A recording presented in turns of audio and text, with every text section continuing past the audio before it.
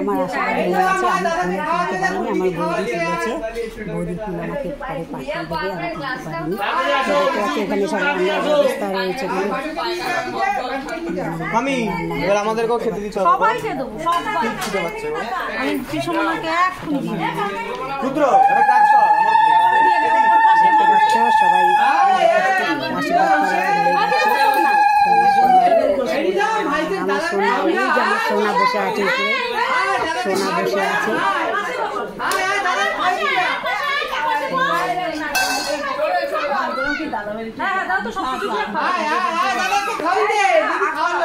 tata bye bye,